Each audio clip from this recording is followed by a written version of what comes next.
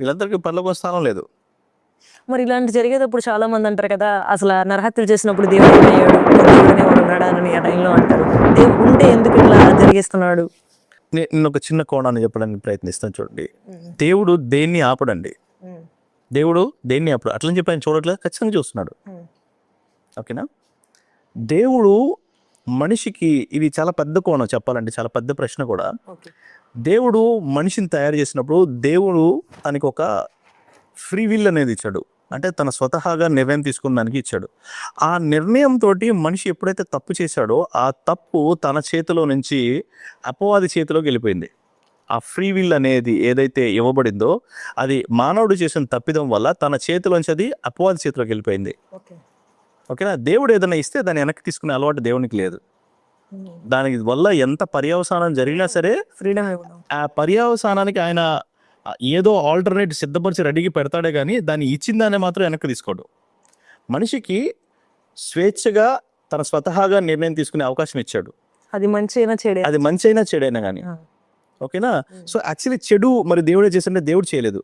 Out of God anything is evil. Out of God anything is evil. దేవునికి వెలుపల ఏదైనా కూడా పాపమే. దేవునికి వెలుపలుగా ఉన్నది ఏదైనా కూడా అది పాపమే. దేవునికి వెలుపలుగా ఉన్నది ఏదైనా సరే అది దోషమే. దేవునికి వెలుపలుగా ఉన్న ఏదైనా సరే అది చీకటే. దేవునికి వెలుపలుగా ఉన్నటువంటి ఏదైనా సరే అది అపవాది క్రియించింది, అది అపవాది క్రియలే. ఓకేనా? Out side of Jesus is evil, అంతే. కనుక దేవుడు మనిషిని తయారు చేసినప్పుడు ఫ్రీ విల్ ఇవ్వడం ద్వారా ఈ భూప్రపంచం అంతా కూడా ఆ ఫ్రీ విల్ అనే దానికి కట్టుబడిపోయింది. అర్థవుతుందా? కనుక స్వాతంత్రం దేవుడు ఆ హక్కునిచ్చేది దాన్ని వెనక్కి తీసేసుకోడు. కనుక ఇప్పుడు కళ్ళ ముందు జరుగుతున్నాయి. ఆయన కళ్ళ ముందు జరిగినా కూడా ఆయన చూస్తూనే ఉన్నాడు. దానికి తగిన రీతిలో ఆయన జవాబిస్తాడు. అప్పటి వరకు వెయిట్ చేపిస్తాడు. ఆన్ ద స్పాంటేనియస్ అయితే ఆయన రియాక్ట్ అవ్వరు. ఎస్, ఆయన చూస్తున్నాడు, అన్ని చూస్తున్నాడు.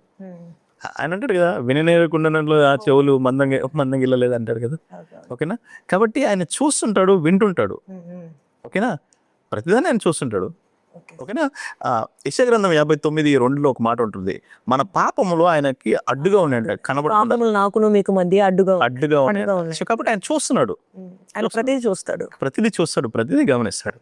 యెహోవా కన్ను దృష్టిలో లోకమంతటా సంచారం చేస్తుంది.